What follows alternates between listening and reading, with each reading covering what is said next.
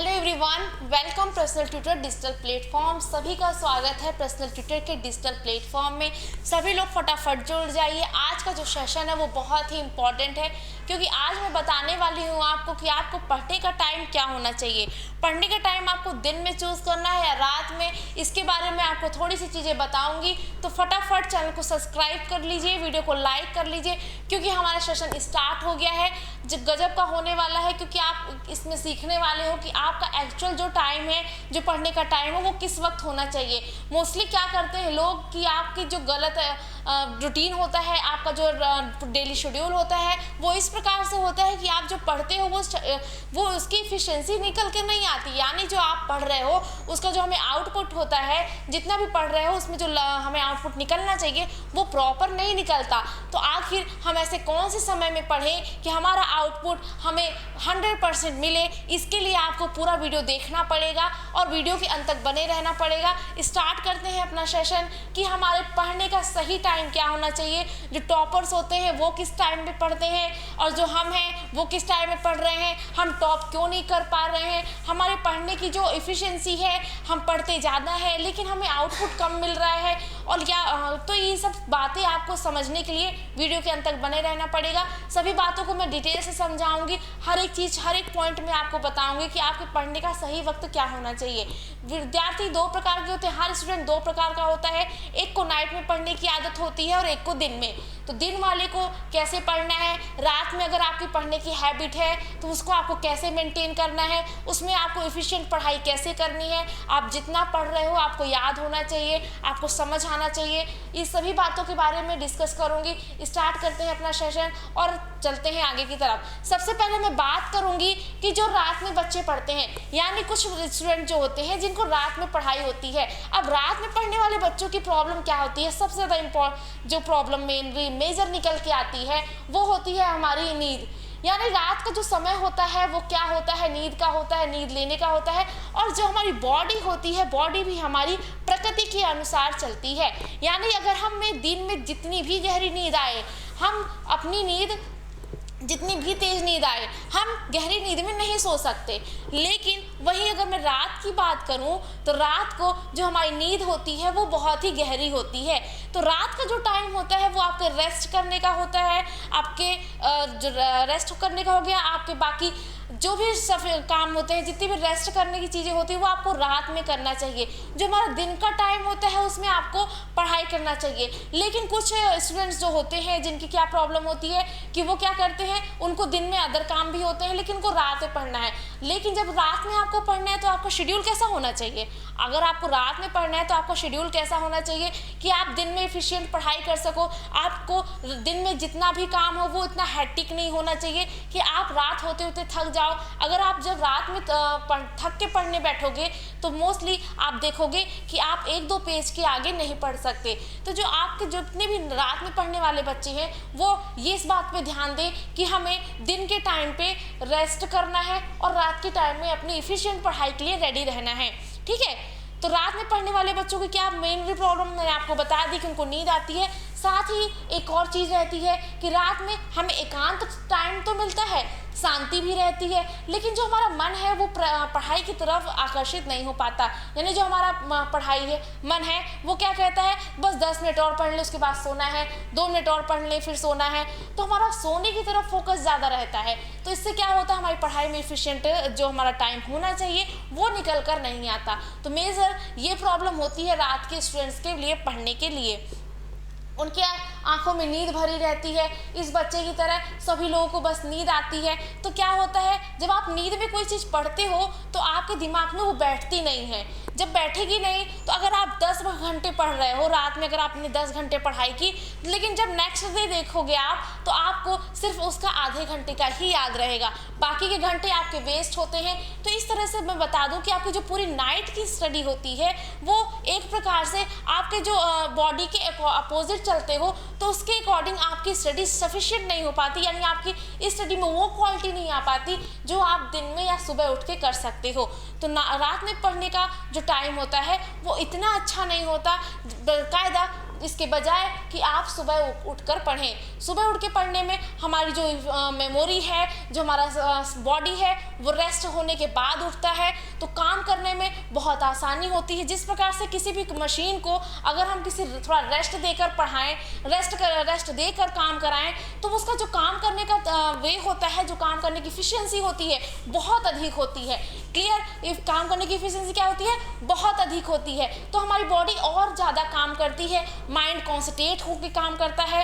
लेकिन वही रात की बात करो तो रात में क्या, रात में सो जाना है, आंखों में नींद भरी रहती है, माइंड काम नहीं करता है, 10 जगह के डिस्ट्रैक्शन होते हैं। आप दिन भर जो काम करते हो उसमें दिमाग आपके इधर उधर ध्यान भटकता है। तो इससे क्या होता है, आपकी पढ़ाई बैठ जाती है, आपकी पढ़ाई इफिशिएंटली कर नहीं आती। तो इससे आपकी जो नाइट की स्टडी है वो इतनी क्वालिटी वाली नहीं हो पाती। तो बाकायदा आप रात में पढ़ने के बजाय अगर उसे दिन में पढ़ो तो ये आपके लिए बहुत ही फायदेमंद रहता है। एक और चीज़ लिखी है कि जब आप रात में पढ़ते हो तो दिन भर का जो दिमाग में रहता है, आपने कहाँ घूमा, क्या किया, उसकी वजह से आप जो याद करते हो उसमें याद करने में आपको प्रॉब्लम देखने को मिलती है। यानी जो आप याद करोगे उसमें आपका कॉन्सेंट्रेशन नहीं बैठेगा।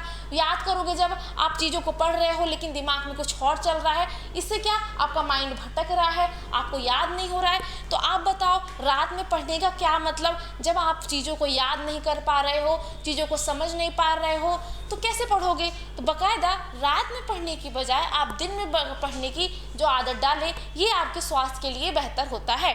अब बात करते हैं सुबह पढ़ने वालों की।